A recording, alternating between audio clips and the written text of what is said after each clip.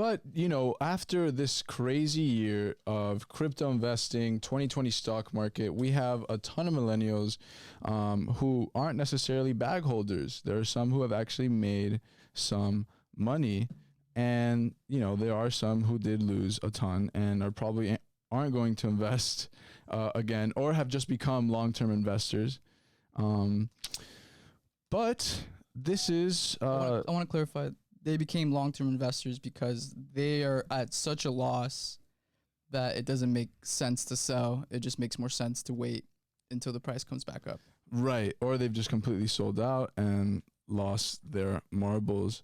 So I'm going to pull up an article here by the Wall Street Journal that I absolutely loved. The cover art, it's Benjamin Franklin with his hand over his face, very contemplative. You have a young dude over here thinking, another lady here just completely in the fetal position.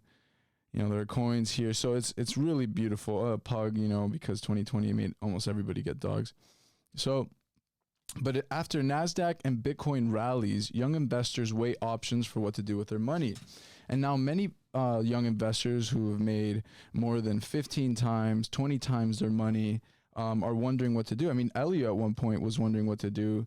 And but he knows now. I think he's definitely figured. What did you decide actually with your Decided I'm going to put a down payment on a house. Oh yes, we're buying real estate. We should definitely do an episode on the whole process. Yeah. We need to do that. It's seeming like it's getting close. It's looking very good. Right. We started a fund to buy real estate, and we're not as stressed because we know what we're going to do. We made enough to basically buy real estate and not have to deal with the market volatility and sleepless nights. But other millennials don't know what the hell they're doing. And so, there are some crypto investors who put more than $10,000 in Bitcoin at the end of 2019 and have netted more than $50,000 in gains after Bitcoin's 2020, 2021 surge. And there are some people that put all their stimulus checks into Dogecoin and are now swimming in a bunch of money. And here is an example of Arun Gupta, a 36-year-old tech executive based in New York City, began investing in cryptocurrency, mostly Bitcoin, and recently Ethereum. Good for him. It did have an uproar. Now it's not necessarily at its highs, but still pretty good. In late 2019, you're still winning from late 2019, I have to say. By the end of 2020, that original investment more than quintupled. Now, for those of you who don't know what quintupled, because I honestly don't know, I think that's 5 times. That's 5. That's 5 parts of things. So he basically 5x his money. Pretty impressive. And especially for not trading. And he says, I want to have enough money where if my family wants to splurge on vacation, there isn't anything holding us back. He said, I don't want student debt to be an issue for my kids or for anyone in my family. Pretty aspirational stuff right there. And no, that was not the one I was trying to say because he still has the money. But that ka-ching right there is definitely very aspirational. So, and shout out to his family and his kids. Shout out to his family because and to his long-term perspective on life. There are so few individuals who even have this perspective and are really gambling it away. And this is the big concern. And there's some people who are just like, I'm going to ride it out. I'm going to just keep holding these more than $40,000 gains, $100,000 gains in the market. And, this is a life-changing amount of money if you're only making $50,000 to $60,000 a year. And mind you, the median salary here in Miami at least is around $45,000 a year. So if you come up on $100,000 gains, that's 2 years of work that you pretty much just earned by your capital, not necessarily doing much. But he chats about his crypto investments in a group message with other friends interested in Bitcoin to shore up his funds for those future goals, just like Elihu has with the meme coins and also the altcoins that have a really good advantage in becoming the next big player, like Cardano, for example. But Mr. Gupta is planning to hold on to these Bitcoin investments and hope they continue to grow. And he says, I just know having money sitting around in a bank account, that's not my nature. He said, I like to take risks with my money. What do you have to say about that, Elihu? I think that is great thinking. Why would you have your money sitting in, or your fiat sitting in your bank account doing absolutely nothing, or having it in a savings account accruing 1%, annual return. That's really nothing. There's so many opportunities out there now, and with the vast amount of technology that is out there to help us invest in other asset classes like crypto, stocks, real estate. Why wouldn't you put your money to work for you? And there are so many opportunities out there that there's a span of risk that you're able to choose from. You can do low risk like real estate, or you can do high risk like cryptocurrency or option calls and Right. puts. So yeah, and with inflation coming, in the horizon, you're going to want to put your money to work. Now, granted, Elihu's perspective is very biased because he is a big believer in the cryptocurrency world, and whether it rises or falls, he doesn't necessarily have any kind of opinion.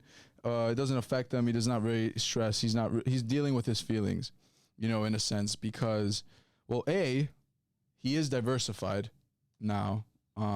With also, I am diversified as well. We like I said, we have a fund, and we're purchasing real estate, and we have stocks and crypto. So, if crypto doesn't do well, Elihu and I mean, we could wait you could wait another 5, 6, 8 years. I can wait till the next Bitcoin halving, and I'll be fine. Until it rises up again. Here's another 8 years that we'll have to wait, or maybe it's not that long. But that's because you do have the diversification. There's the cash flow from either employment or rental income, and other side hustles that we do, say for selling diamond hand shirts on our site and other sites. So nonetheless, I think for anybody who's new to dealing with money, it can be quite challenging to wrap your head around the capability that you have for, say, a $40,000 in cash, right? Right. Or 50,000 initially, with initial investment of 10,000. Or it could be, not obvious to spend $1,000 on a new iPhone or $1,000 on Apple stock and make more money throughout the years with the Apple stock investment, and then cash out 2-3 years later, buy yourself an iPhone, and now you have more money to spend, and you've beat inflation. So it's just a matter of how much you want to wait, your patience level, and how much risk you want to take. And ultimately, like, setting aside money for taxes. Right. Yeah. So that is important. Yeah. If you do, there are some incentive programs that Biden is putting into real estate. I'm a big believer, if you've made more than $50,000 in the stock market, buy real estate.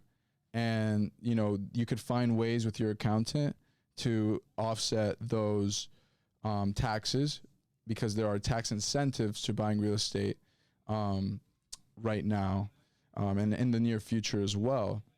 These are called 1041 exchanges. They're about to be limited to 500,000, but not yet. It hasn't happened yet. So if you have $50,000 in cash, that's a 10% down payment on a $500,000 home. I'm just like waiting. I'm pausing just to see if I messed up that math. No, I didn't. I didn't mess up that math, right? I think that was sound math. That was sound math. Yeah, not super talented in that, but still, even the realization of having to do that, that's pretty overwhelming. And then not understanding what you can do with that and how much it can grow over the period of time. And we talked about it last time in an episode, how, $50,000 investment in real estate with a modest 3% growth over, I believe, 6 years was upwards of 300 to 500% returns. Yeah. As far as your initial investment. Which is really difficult to do on the stock market, for example, right. Unless you're an amazing investor or you have some sort of insider information. Or margin, if you have margin. Or margin. If you have margin. But that charges you 9% interest. And you're also dealing with a higher level of risk. Right, yeah. And then, the brokerage can force you to sell if your stocks aren't doing well. So if you bought a bunch of Nikola with margin, like, 50, like 1-to-1, and Nikola goes down, you basically, the brokerage will sell for you. Now, if you buy real estate with 10% down, you're leveraging 90% of the bank's money, so 490,000 or whatever, or what it was, 450,000. Now you're playing with debt. They're not going to force you to sell if the market dips 50% in the real estate market, because you own the property and you're making monthly payments and you're good. That's just not how it works. They're not going to just, you know, even if they unless you're just not making payments, they'll foreclose on you. But just because the value goes down, you have more safety, and you also have a roof over your head. Dude, and if, you know, the shit does hit the fan, you could always move in with your parents if you have that privilege, or you just sell the house. Or you sell the house. Well, but not at a 50% down. Well, I mean, ideally, like if it was depends how long you held it, but it's like you just sell the house, because it's unlikely that you buy a house today for, let's say, $500,000, and then a year from now it dips 50%. You know, it would take some time for that to happen. I mean, it's a huge, but it's also larger numbers. You know, 50%. That's like crypto volatility. That's Bitcoin volatility, and you know, the housing market in the United States is very stable. Yeah. Especially now because our dollar is becoming weaker. We talked about this in the last pod. You know, the strategy of making the dollar weaker makes us more competitive on a global level, because we can get more foreign money coming in here. You know, aside from all of the Bill of Rights and freedoms you get from being here.